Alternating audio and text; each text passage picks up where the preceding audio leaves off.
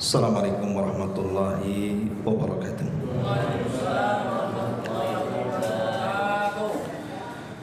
Alhamdulillah wassalatu wassalamu ala Rasulillah wa ala alihi wa sahbihi wa mawala wa la hawla wa la quwata illa billahi wa ba'du. Alhamdulillah, segala puja dan puji hanya milik Allah Subhanahu wa ta'ala. Salawat dan juga iringan salam kita hadiahkan kepada Rasul kita Nabi besar Muhammad sallallahu alaihi wa ala alihi wasallam. Pembahasan kita di malam hari ini,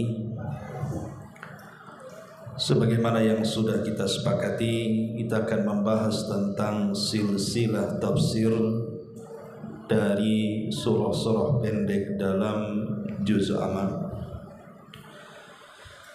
Dan kita masuk dari surat yang paling pendek yang terdapat di ujung dari pada Al-Quran, surah An-Nas.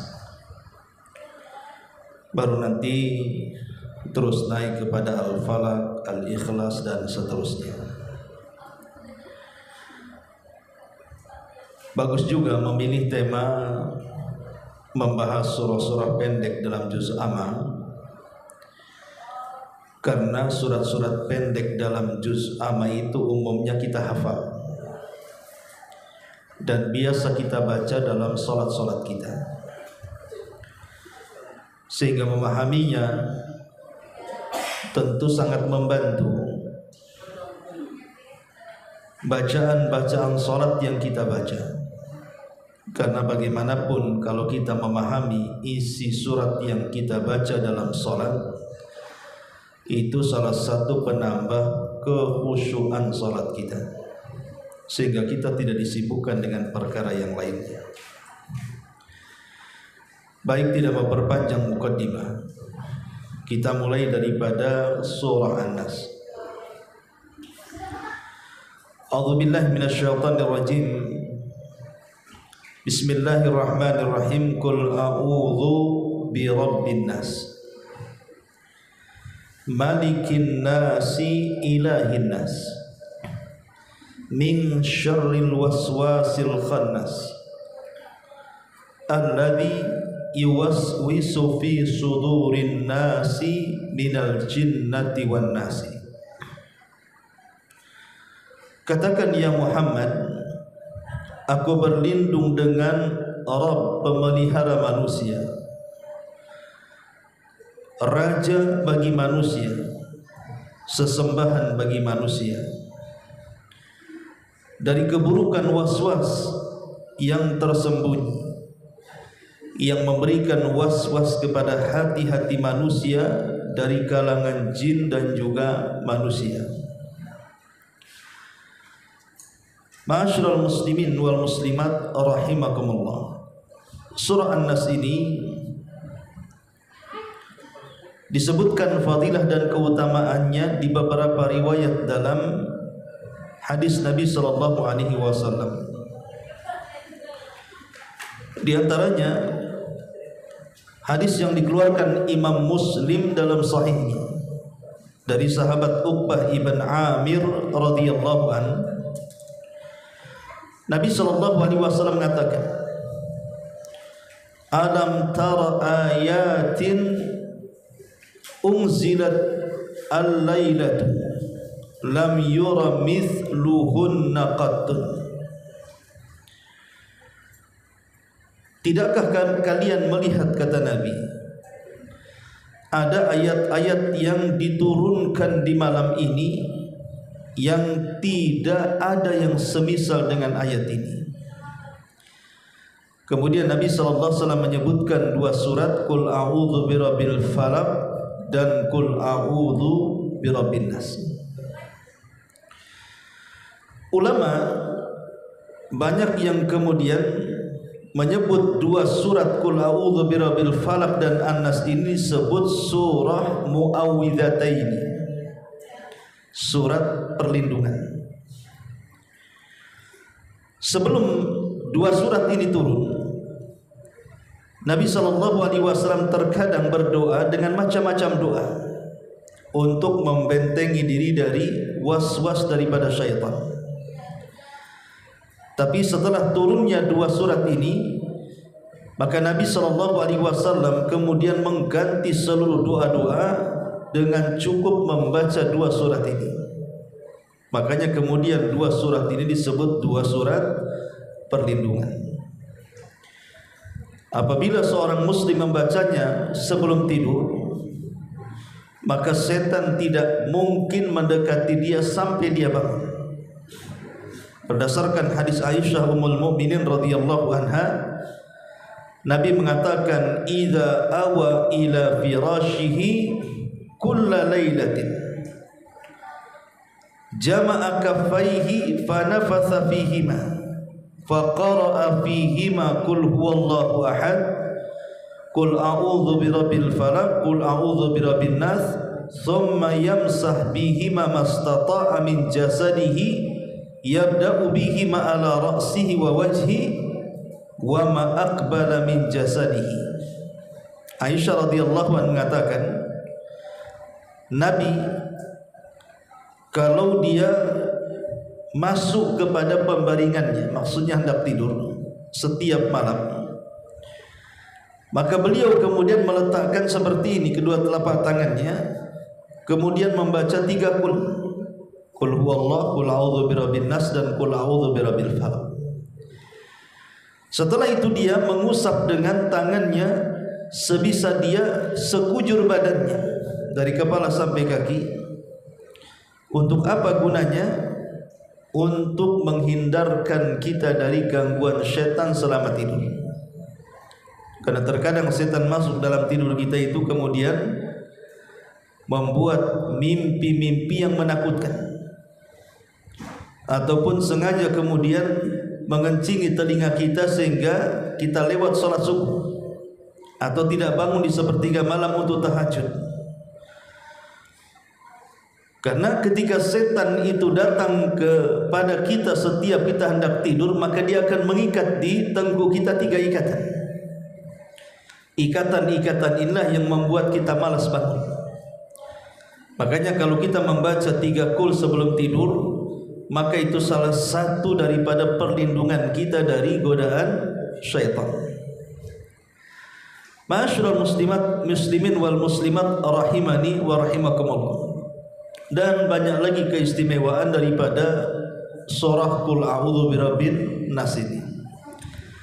Adapun asbab nuzulnya, kenapa surat ini sampai turun? Al-Imam Al-Baihaqi menyebutkan dalam kitabnya Dalaili An-Nubuwah. Jadi Nabi SAW satu hari dia terkena sihir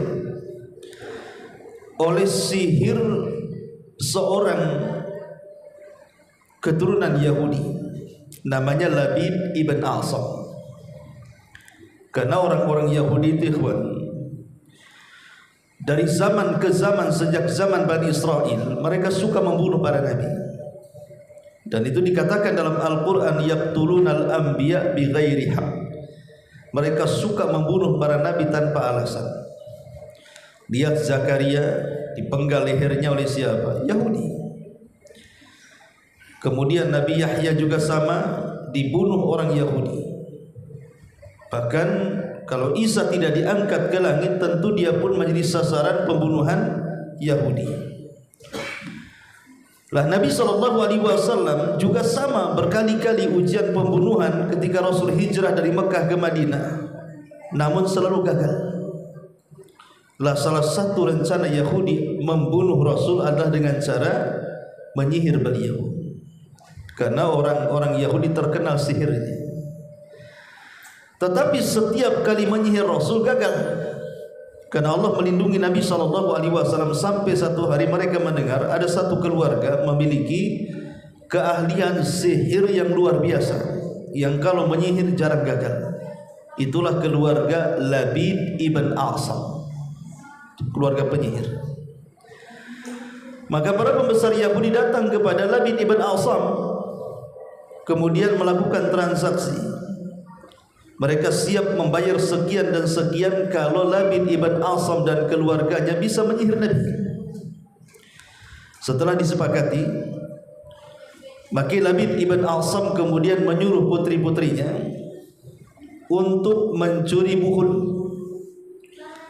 Maka mereka pun berpura-pura bertamu ke rumah Nabi SAW, kemudian mengambil sisir Nabi yang kebetulan ketika itu terbalut ada 11 ikat rambut Nabi SAW yang terlilit dalam sisir itu. Itulah yang dijadikan buhulnya. Setelah berhasil kemudian mengambil sisir dengan rambut Nabi SAW, maka kemudian oleh Labid ibn Asam buhul itu diletakkan di sebuah sumur namanya Ranunah. Sumur Ranunah. Sumur itu masih ada. Bahkan oleh warga Madinah, sumur itu kemudian dipagari sampai sekarang. Jadi mereka mengatakan itu sumur angker karena disitulah Rasulullah SAW disihir dengan meletakkan buhul di sumur itu. Sampai sekarang ada sumurnya. Jadi Labid ibn Asam meletakkan sisir sebagai buhul atau rambut-rambut Rasul yang terlilit dalam sisir itu sebagai buhul diletakkan di sumur Ranunah itu. Maka mulailah kemudian Labid ibn Asam beraksi dengan mantra-mantra syaitannya. Subhanallah. Rupanya sihir itu berpengaruh kepada Nabi. Tapi ingat, berpengaruh kepada fisik Nabi, tapi tidak berpengaruh kepada wahyunya. Hanya fisiknya saja. Wahyu tidak berpengaruh. Rasul tidak jadi gila ataupun hilang akal gara-gara disihir, tidak. Cuman fisiknya melemah. Dan itu terjadi sampai 6 bulan. Jadi pengaruh sihir Labid bin Asam itu terjadi sampai 6 bulan lamanya. Sampai Aisyah radhiyallahu anha curiga dengan kondisi Nabi SAW. Kemudian Aisyah menyarankan, bagaimana kalau seandainya engkau wahai Muhammad suamiku meminta fatwa kepada Allah, mungkin kondisimu akan membaik. Maka setelah kemudian mendapatkan ide daripada Ummul Mukminin Aisyah radhiyallahu anha agar Nabi SAW meminta fatwa kepada Allah Subhanahu wa taala, maka di malam itu ba'da Isya Nabi terus melaksanakan salat, berdoa dan bermunajat kepada Allah Subhanahu wa taala, kira-kira apa yang terjadi dengan fisiknya. Akhirnya kemudian Rasul sallallahu alaihi wasallam beribadah terus sepanjang malam sampai mendekati waktu fajar. Entah kenapa mendekati waktu fajar Nabi SAW sempat tertidur sebentar. Saat tertidur itulah turun malaikat Jibril dan satu malaikat lainnya. Kemudian Jibril duduk di sebelah kepalanya dan satu malaikat duduk di sebelah kakinya. Kemudian Jibril bertanya kepada malaikat yang bersamanya, ada apa dengan Muhammad ini? Maka malaikat yang di sampingnya mengatakan, innahu madbub, sesungguhnya dia telah terkena sihir. Kemudian Jibril mengatakan, man saharahu, siapa yang berani mensihirnya? Maka malaikat satu ini mengatakan, Labid ibnu Asam. Dia adalah Labid ibn Asam, seorang keturunan Bani Zuraik yang kemudian meletakkan loyalitasnya kepada bangsa Yahudi. Kemudian Jibril mengatakan, di mana letak buhulnya? Maka malaikat ini mengatakan, fi bi'ri Ranunah, diletakkan di sumur Ranunah. Kemudian setelah itu Jibril kemudian membacakan surah Muawwidhataini, Qul a'udzu birabbin nas dan Qul a'udzu birabbil falaq, sebagai ruqyah untuk meruqyah Nabi. Dan itulah di antara sebab turun Qul a'udzu birabbin nas dan Qul a'udzu birabbil falaq, karena tersihirnya Nabi. Turun ayat ini. Sekaligus kemudian dibacakan malaikat Jibril sebagai ruqyah. Maka setelah kemudian Jibril meruqyah Nabi SAW dengan 2 surat ini, keajaiban pun datang.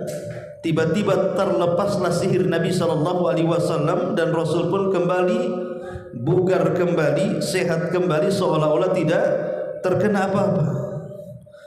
Maka setelah kemudian terlepas sihir Nabi SAW, keesokan harinya Nabi SAW ingin menghancurkan buhulnya, karena bagaimanapun sihir itu tidak akan bertahan lama kalau buhulnya tidak dihancurkan.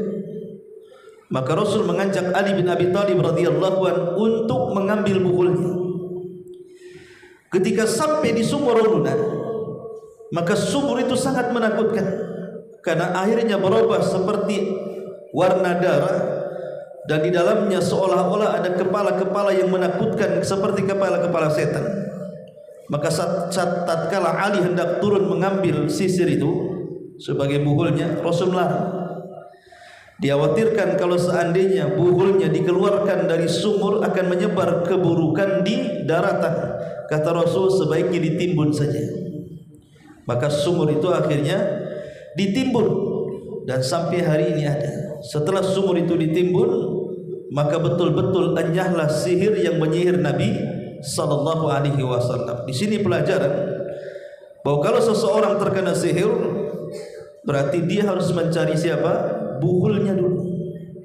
Buhul ini kan macam-macam, tapi ingat, buhul itu biasanya diambil dari orang yang akan disihir, entah pakaiannya, entah mungkin sebagian anggota badannya, rambutnya, kukunya, dan begitu seterusnya. Kemudian dengan itulah mereka menyihirnya. Makanya di zaman dulu, kalau kita melihat orang yang hendak menyihir itu, biasanya dukun-dukun meminta apa? Minta foto kan? Foto orang yang akan disihir. Celakanya di zaman dulu itu kan fotonya hitam putih. Kadang-kadang buram lagi ya. Kadang-kadang salah ngambil, yang mau disihir anaknya kena ibunya, karena salah ambil foto kan itu ya. Zaman dulu kan hitam putih buram gitu. Tapi di zaman sekarang kalau ambil foto lebih mudah, nggak usah nyuri ke rumahnya, tengok aja di IG-nya, di Facebook-nya, semua foto dia. Baik, itu diantara sebab turun daripada Qul a'udzu birabbin nas. Jadi itu disebabkan karena tersihirnya Nabi sallallahu alaihi wasallam. Baik, kita masuk pada ayatnya. Di sini Allah Subhanahu wa taala mengatakan qul a'udzu birabbin nas. Katakan ya Muhammad, aku berlindung dengan Rabb manusia. Di dalam ayat ini Allah Subhanahu wa taala mengajarkan kepada kita agar kita bertawassul dengan nama-nama Allah Subhanahu wa taala. Salah satu nama Allah Subhanahu wa taala adalah Ar-Rabb. Rabb itu satu di antara 99 nama Allah yang indah. Dari sinilah lahir istilah tauhid rububiyah, diambil dari kalimat Rabb. Dan kalimat Rabb itu mencakup 3 makna. Pertama, Allah Subhanahu wa taala zat yang menciptakan. Yang kedua, Allah Subhanahu wa taala zat yang menguasai. Dan yang ketiga, Allah Subhanahu wa taala zat yang mengatur. Jadi kalau ada kalimat Rabb, yang ada di benak kita bahwa tidak ada pencipta kecuali Allah, tidak ada penguasa kecuali Allah, tidak ada pengatur kecuali Allah Subhanahu wa taala. Ketika kita meyakini Allah Maha menciptakan, Maha menguasai, dan Maha mengatur, berarti kita telah mengimani nama Allah Ar-Rabb. Itu makna Rabb. Rabbun nas artinya yang menciptakan manusia, yang menguasai manusia, yang mengatur manusia. Kita berlindung dari Rabb yang telah memelihara manusia. Kemudian Allah mengatakan qul a'udzu birabbin nas, malikin nas, raja manusia. Malikin nas, raja manusia. Dari sini tertanam sifat al-khawfu, perasaan takut kita kepada Allah Subhanahu wa ta'ala. Karena kita ini hanya hambanya. Di hadapan raja kita harus takut kepadanya. Karena dia adalah raja manusia, maka tertanam sifat takut dalam hati kita. Saat kehancuran alam semesta, kita tahu bahwa antara tiupan pertama dengan kedua itu jaraknya 40. Bisa 40 bulan, bisa 40 tahun, bisa 40 hari, wallahu alam. Yang jelas 40. Lah saat trompet pertama ke kedua itulah tengah-tengahnya terjadi kehancuran alam semesta. Disitulah bumi digoncangkan, kemudian gunung dicabut, diterbangkan, kemudian ditubruk-tubrukkan seperti kapas. Kemudian air lautan ditumpahkan ke daratan, kemudian bintang dijatuh-jatuhkan, kemudian langit digulung, kemudian bulan dan matahari disatukan. Disitulah kehancuran. Dan Allah Subhanahu wa ta'ala binasakan semua makhluk yang berakal, mulai daripada malaikat, jin dan manusia, sehingga tidak ada manusia, bahkan tidak ada alam semesta kecuali dihancurkannya. Saat kemudian tidak ada lagi makhluk kecuali hanya ada Khalik, sang pencipta, dan makhluk-makhluk yang dikecualikan untuk dihancurkan, maka Allah Subhanahu wa ta'ala bertitah di situ dan mengatakan, aina mulukud dunya, di mana raja-raja dunia itu? Ainal mutakabbirun, mana orang-orang yang sombong itu? Ainal jabbarun, mana orang-orang yang congkak saat berkuasa itu? Mana Fir'aun, mana Namrud, mana raja-raja zalim? Allah tantang ketika itu, tapi tidak ada yang menjawab karena semua raja-raja sudah binasa. Bahkan jin dan malaikat pun dibinasakan Allah Subhanahu wa ta'ala. Yang ada hanya Allah sendirian yang berteriak, aina mulukud dunya, ainal mutakabbirun, ainal jabbarun. Di mana raja-raja dunia? Di mana orang-orang yang sombong dan congkak itu? Tidak ada yang jawab. Maka ketika itu Allah Subhanahu wa ta'ala menjawab pertanyaan dirinya sendiri dan mengatakan, anal malik, sayalah raja, sayalah raja, lillahil wahidil qahar, hanya kepunyaan Allah lah kekuasaan dan kekuatan. Itulah makna daripada malikin nas, bahwa dia adalah raja bagi manusia, bahkan raja bagi seluruh alam semesta. Makanya kalau kita mendengar istilah raja, tertanam sifat al-khawfu, rasa takut yang mendalam pada hati kita. Malikin nas. Kemudian yang ketiga Allah mengatakan ilahin nas, sesembahan manusia. Setelah Allah Subhanahu wa ta'ala memukaddimahi dengan dua nama Allah Subhanahu wa ta'ala, Rabb dan juga Malik, maka Allah Subhanahu wa ta'ala pertegas dengan kalimat ilah. Ilah itu artinya zat yang maha berhak untuk disembah. Kenapa kemudian Allah Subhanahu wa ta'ala mendahulukan kalimat rububiyah Rabb kemudian bicara soal uluhiyah? Karena kalau orang sudah meyakini Allah itu Rabb, maka sudah seharusnya dia meyakini Allah itu ilah. Lebih mudahnya begini, kalau kita sudah meyakini bahwa tidak ada yang menciptakan Allah kecuali Allah, tidak ada yang mengatur kecuali Allah, tidak ada yang menguasai kecuali Allah, tidak ada yang menghidupkan dan mematikan kecuali Allah, tidak ada raja kecuali Allah Subhanahu wa ta'ala, berarti zat yang seperti itu layak disembah, layak disembah. Makanya Allah mengatakan ilahin nas, dialah sesembahan manusia.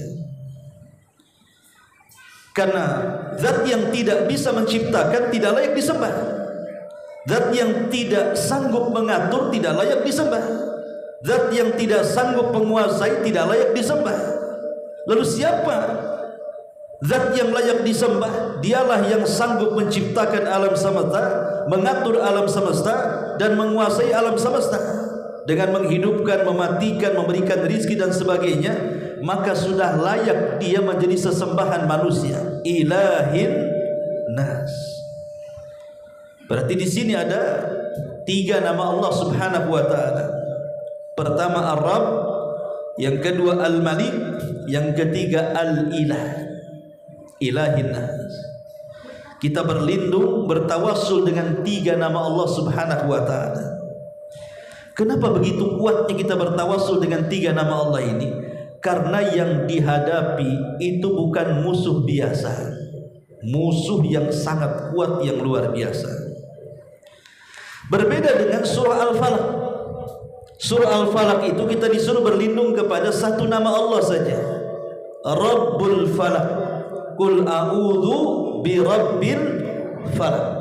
Aku berlindung dengan Rabb pemilik falak. Kenapa berlindung dengan 1 nama Allah? Karena musuhnya sekalipun banyak, ada 4, tapi musuhnya tidak lebih berat dibandingkan musuh yang ada dalam Suratun Nas. Sehingga meminta perlindungan kepada Allah harus lebih lagi. Ibaratnya kalau seandainya musuh kita banyak, tentu persiapan kita harus kuat. Tapi kalau musuhnya ringan, ya persiapannya juga biasa-biasa saja. Lah, musuh dalam surah Al-Falaq itu tidak seberat musuh dalam Suratun Nas. Makanya cukup berlindung dengan 1 nama saja. Tapi dalam An-Nas ini musuhnya berat. Makanya berlindung dengan 3 nama, supaya kita betul-betul mendapatkan perlindungan Allah Subhanahu wa taala. Apa musuhnya? Musuhnya tidak jauh daripada badan kita. Kalau dalam Suratul Falaq itu semua musuhnya di luar, jauh dari badan kita. Tapi dalam Suratul Nas itu musuhnya melekat pada badan kita, tidak bisa dihilangkan, hanya bisa ditundukkan saja. Kalau musuh dalam Suratul Al-Falaq bisa kita hilangkan, bisa kita musnahkan. Tapi musuh dalam Suratun Nas itu tidak bisa kita hilangkan, tidak bisa kita musnahkan, hanya bisa ditekan saja, hanya bisa ditundukkan saja. Apa musuhnya? Allah Subhanahu wa taala mengatakan, min syarril waswasil khannas alladzi waswisu fi sudurin nas. Dari keburukan waswas yang tersembunyi, yang memberikan waswas kepada hati-hati manusia, itulah yang disebut dengan hawa nafsu namanya. Jadi musuh dalam Qul a'udzu birabbin nas ini bicara soal hawa nafsu. Itulah musuh kita. Lah, hawa nafsu itu tidak bisa dihilangkan. Karena Allah Subhanahu wa taala letakkan hawa nafsu itu di setiap jantung manusia. Kalau seandainya kita hilangkan jantung kita, mati kita. Kita tidak mungkin menghilangkan jantung kita. Yang ada hanya menekan jantung kita supaya hawa nafsu ini tidak merajalela. Lah, inilah yang kemudian menjadikan setiap manusia itu berbuat jahat. Karena dorongan waswas hawa nafsu yang memerintahkan kepada keburukan. Allah Subhanahu wa taala berfirman, inna nafsa la ammaratun bisu. Sesungguhnya jiwa ini terkadang memerintahkan manusia untuk melakukan keburukan. Dan tidaklah jiwa manusia itu memerintahkan kepada keburukan kecuali karena ada waswas yang ada dalam dada kita. Siapa yang ngasih waswas? Syaitan, yang disebut dengan qarin. Setiap manusia punya qarin, dan itu tidak mungkin lepas dari badan kita kecuali setelah kematian kita. Kalau kita masih hidup, sejak kita dilahirkan sampai kita diwafatkan, maka qarin itu tidak mungkin lepas dari badan kita. Makanya saat Aisyah radhiyallahu anha cemburu dengan Nabi sallallahu alaihi wasallam gara-gara di satu malam giliran beliau, Rasul keluar. Disangkanya Rasul akan berpindah kepada madunya, padahal Rasul sedang menziarahi kuburan Baqi di malam hari. Kemudian setelah Nabi SAW pulang dari Baqi, Aisyah yang membuntuti Rasul ketakutan langsung pulang duluan, pura-pura tidur, kemudian pura-pura berselimut. Tapi yang namanya orang berlari, nafasnya pasti tidak mungkin hilang. Orang baru lari masuk kamar tidur, dikasih selimut, Rasul datang, ya nafasnya nggak bisa disembunyikan, ngos-ngosannya kan. Makanya Rasul mengatakan, ya Aisyah, ceritakan apa yang terjadi atau Allah memberitahu. Aisyah radhiyallahu anha bercerita, aku kira kau datang ke istri-istrimu yang lainnya, wanita cemburu biasa. Kata Nabi SAW, ada apa dengan syaitanmu wahai Aisyah? Ada apa dengan setanmu? Maksudnya bukan Aisyah setan, ada apa dengan qarinmu itu? Kata Aisyah, apakah setiap orang ada setannya wahai Rasul? Kata Rasul, ya. Termasuk anda wahai Rasul? Kata Rasul, ya. Tetapi setan yang ada pada diriku sudah kutundukkan. Ada yang mengatakan sudah kujadikan dia Islam, ada yang mengatakan sudah kutundukkan, maksudnya tidak bisa macam-macam. Dari hadis ini menunjukkan bahwa setiap manusia itu ada setannya. Itu yang disebut dengan qarin. Qarin inilah yang kemudian mengompor-ngompori hawa nafsu kita ini supaya berbuat jahat. Itu yang disebut dengan waswasil khannas. Qarin yang tersembunyi, yang memberikan waswas kepada jiwa kita itu untuk berbuat jahat. Maka hawa nafsu akhirnya menciptakan keburukan dan memerintahkan untuk melakukan keburukan. Ma'asyiral muslimin wal muslimat rahimani wa rahimakumullah. Lah, kita tahu bahwa waswas syaitan ini disebutkan oleh para ulama banyak sekali yang ditimbulkan dari waswas ini. Apa saja? Pertama, al-ghadab. Gara-gara waswas ini orang bisa marah tak terkendali. Kan ada orang marah tidak terkendali itu. Kadang-kadang kalau sudah marah mata melotot, urat leher kencang, suara memeki, kalimat yang keluar tidak terkontrol. Kadang-kadang yang diucapkan dia sendiri tidak tahu kenapa bisa keluar. Orang yang tidak pernah menyebut kalimat binatang saat marah, semua kebun binatang keluar. Orang yang tidak pernah menyebutkan kalimat kasar, laknat, rendah, saat marah bisa keluar semuanya. Kenapa bisa demikian? Coba saat marah, karena dorongan was-was kuat. Makanya orang marah itu bisa melakukan apa saja. Terkadang bisa memukul, terkadang bisa menyakiti, terkadang bisa membunuh. Orang marah. Ini yang pertama. Kemudian yang kedua, asyab, karena kekenyangan. Hawa nafsu ini terkadang memberikan waswas kepada kita supaya kita kenyang. Makan banyak, minum banyak, tidur banyak. Supaya apa? Supaya malas untuk ibadah kepada Allah Azza wa Jalla.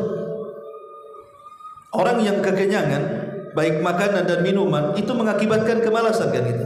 Akhirnya malas ibadah, bawaannya hanya ngantuk dan tidur. Itu semua adalah was-was dari arah kekenyangan.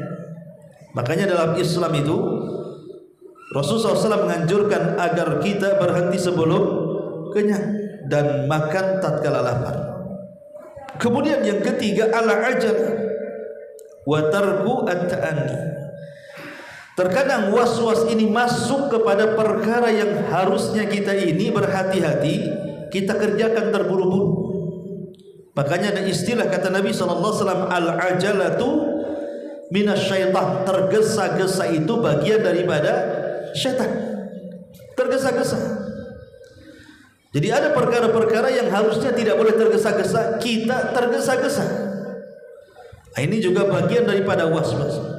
Kemudian yang keempat, al-israful jali fi hubbil mali. Terkadang was-was ini masuk pada perkara harta dengan cara al-israf, berlebihan. dengan cara membelanjakan harta ini kepada yang diharamkan Allah Subhanahu wa taala, atau mungkin dibelanjakan kepada yang halal tetapi berlebihan. Membeli makanan yang cukup sebenarnya 2-3 orang, dia beli satu kampung, akhirnya enggak habis dibuat. Itu waswas daripada setan yang disebut dengan mubadzir.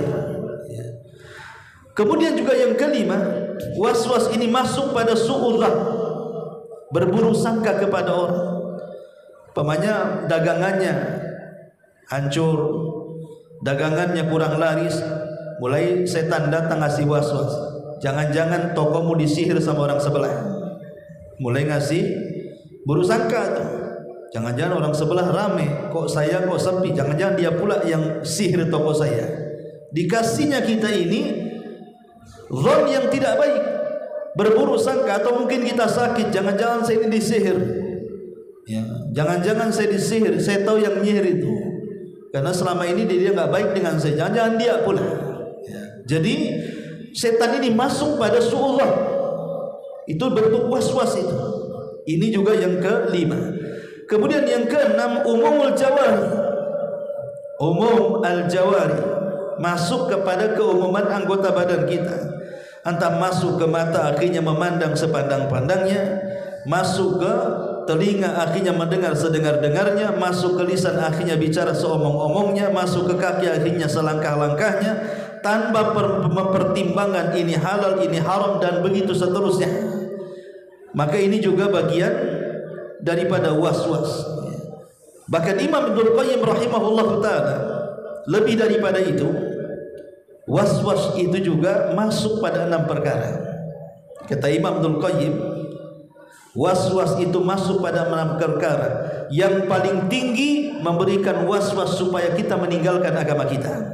Disuruhnya kita kufur, disuruhnya kita melakukan kekufuran dan kesyirikan supaya kita keluar dari Islam. Tapi kalau seandainya kita tahan dengan keimanan kita, maka syaitan pun akan menurunkan tensinya, maka akan memberikan waswas yang di bawah itu. Dengan cara apa? Dengan cara dibuatnya kita ini melakukan hal-hal yang tidak ada syariatnya. Disuruhnya kita berlaku sesuatu yang menyelisih sunnah, yang Rasul tidak lakukan, kita lakukan, supaya amal kita ditolak. Tapi kalau kita sudah mengaji, sudah kenal sunnah, akhirnya setan sudah putus asa, karena kita senantiasa istiqomah dengan Al-Quran dan sunnah, maka setan akan menurunkan tensi. Oke, boleh jadi mungkin dia di atas sunnah istiqomah, saya akan buat dia melakukan dosa besar. Mungkin dia masih belum bisa lepas dari zina, mungkin belum bisa lepas daripada judi, daripada mabuk, daripada gibah, daripada dusta, dan begitu seterusnya. Ya, dia orang sunnah tapi gibahnya naudzubillah. Dia orang sunnah tetapi ngibulin orangnya luar biasa. Dia memang orang sunnah tapi pelitnya setengah setan umpamanya. Jadi masih melakukan dosa besar. Kalau juga tidak bisa digoda lewat dosa besar, maka disibukkan dengan perkara-perkara dosa kecil. Memandang aurat di handphone, memandang aurat di jalan-jalan. Ya, mata kita tidak bisa ditundukkan, masih suka memandang aurat. Oh, orang ini warok betul-betul ghadul basar, menundukkan pandangan, maka tensi setan akan diturunkan dengan cara apa? Disibukkan dengan perkara mubah. Oh, orang ini tidak suka dosa. Baik, kalau dia tidak suka dosa, kita buat dia sibuk dengan perkara mubah. Dibuatnya dia nonton sepak bola semalam suntuk.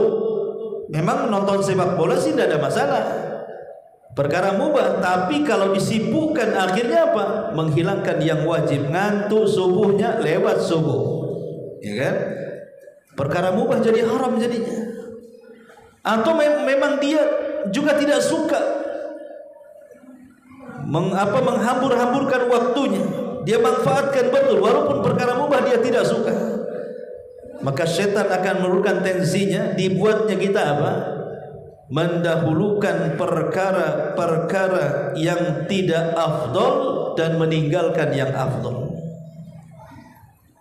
Kalau tidak bisa juga, maka setan akan mengerahkan seluruh kemampuannya bekerja sama dengan wali-walinya dari kalangan jin dan manusia. Bagaimana caranya kita mengikuti mereka? Itulah yang dikatakan minal jinnati wan nas. Ini yang terakhir. Setan akan berkolusi dengan jin dan dengan setan dari kalangan manusia supaya menggoda kita. Mungkin dari kalangan manusia dia menjadi teman-teman yang buruk, teman-teman yang jahat, akhirnya diutus menjadi teman kita. Yang tadinya kita istiqomah karena temannya teman buruk, akhirnya menjadi buruk. Jadi dibuatnya teman-teman itu yang jelek, atau mungkin dibuatkan dia berupa tetangga yang hasad dengan kita, yang dengki dengan kita, yang tidak suka dengan kita, sehingga dibuatnya kita bertengkar dengan tetangga. Atau dibuatnya oleh setan teman dagang kita, mungkin dia hasad dengan kita, tidak suka dengan kita, dibuatnya kita senantiasa dendam dengan teman kita.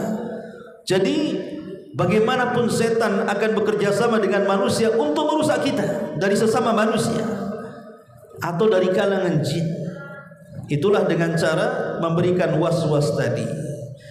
Makanya kenapa kemudian surah An-Nas ini menjelaskan kepada kita tentang bahayanya was-was daripada asyaitan. Adapun cara supaya kita terhindar daripada was-was, ya, bagaimana caranya? Yang pertama, tentunya agar kita terhindar daripada was-was syaitan, kita memperbanyak berlindung dari syaitan. Berlindung dari syaitan, isti'adzah billah. Perbanyak berlindung dari syaitan. Berlindung kepada Allah Subhanahu wa taala dari keburukan syaitan. Entah ketika kita makan, kita baca basmalah. Ketika masuk ke kamar mandi ada doanya. Keluar dari kamar mandi juga ada doanya. Sebelum tidur ada doanya. Ketika kita mendengar suara yang ringkikan, keledai ataupun suara anjing di malam hari, juga ada doanya berlindung kepada Allah. Ketika membaca Quran kita disuruh ta'awud. Ketika membaca iftitah salat juga kita disuruh ta'awud. Pokoknya di tempat-tempat yang kira-kira kita digoda oleh setan, ta'awud. Ini yang pertama. Kemudian yang kedua, berpegang teguh dengan Al-Quran dan Sunnah. Karena orang yang berpegang teguh dengan Al-Quran dan Sunnah, mereka lah yang bisa menghindar dari godaan dan waswas syaitan. Kemudian yang ketiga, al-ishtighalu bidzikri. Sibukkan dengan berzikir. Karena hanya berzikir kepada Allah Subhanahu wa taala, setan akan jauh. Apabila kita lupa dengan Allah, setan akan mendekat. Ketika kita dekat dengan Allah, maka setan akan menjauh. Dan zikir itu bisa menenangkan hati. Kemudian yang keempat, luzumul jamaatil muslimin. Senantiasa bergabung dengan jamaah kaum muslimin, dengan orang-orang yang seakidah, dengan orang-orang yang semanhaj dengan kita. Bergabung dengan teman-teman yang saleh, supaya kita terhindar dari gangguan setan. Karena kalau kita ingin istiqomah, ya harus punya lingkungan, teman-teman yang bagus. Tapi kalau tidak, teman-temannya tidak bagus, lambat laun kita akan ikut teman kita yang jahat. Maka itu penting, ya. Kemudian juga mukhalifatus syaitan, berusaha untuk menyelisihi tingkah laku syaitan. Seperti dalam sholat namanya kan, ada beberapa duduk yang disebut duduk setan, ya. Tidur setan, muamalah setan, seperti menipu dan lain sebagainya. Pokoknya selisih setan. Yang tidak disukai oleh setan, yang disukai setan kita jangan suka.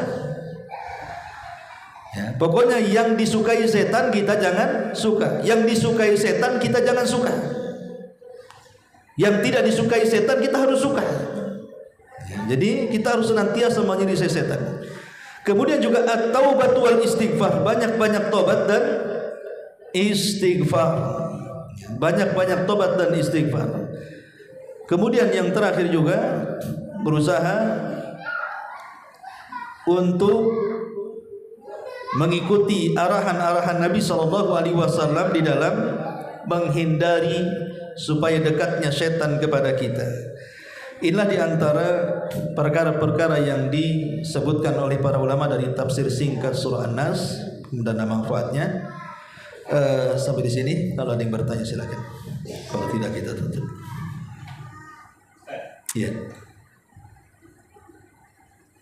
Ketika kita marah dan emosi, Ustaz, sejadi-jadinya, apa yang bisa membuat kita itu reda? Iya, alhamdulillah. Pertama, kalau kita sedang emosi dengan emosi tingkat tinggi, maka pertama yang harus dilakukan pencegahan adalah isti'adzah, berlindung dari setan. Perbanyak ta'awudz. Astagfirullahaladzim, a'udzubillahi minasyaitonir rajim. Jadi itu yang pertama. Yang kedua, pindah posisi. Pindah posisi. Kalau kita marah sebelah situ, pindah ke sini. Atau kalau ruangannya sempit, ketika marahnya berdiri, duduk. Ketika marah duduk, berbaring. Ya. Atau kalau masih juga marah, ambil wudu. Kata Rasulullah SAW, karena marah itu dari setan. Marah itu dari setan, dan setan itu tercipta dari api, dan api itu hanya bisa padam dengan air. Maksudnya dengan wudu, maka berwudu. Kalau tidak bisa juga, maka sholat. Kalau tidak bisa juga, jalan. Tidak usah berhadapan dengan orang, tapi keluar. Kata Nabi, idza ghadiba ahadukum falyakhruj. Kalau salah seorang di antara kalian sedang marah, keluar. Tak marah dengan istrinya, marah dengan tetangganya, marah dengan hindari. Jangan ketemu dulu, keluar dulu sana. Cari angin bahasa kitanya ya. Sebagaimana Ali radhiyallahu anhu pernah marah dengan istrinya Fatimah, dia keluar dari rumah kemudian tidur di masjid. Jadi itu diantara langkah-langkah yang disebutkan oleh para ulama untuk meredam marah. Kalau semua langkah juga sudah ditempuh kok masih juga marah, ya dasar pemarah itu. Bisa itu tabiat. Harus dirubah ya. Wallahu a'lam.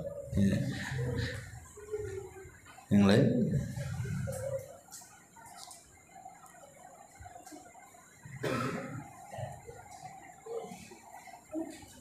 Iya. Kalau tidak ada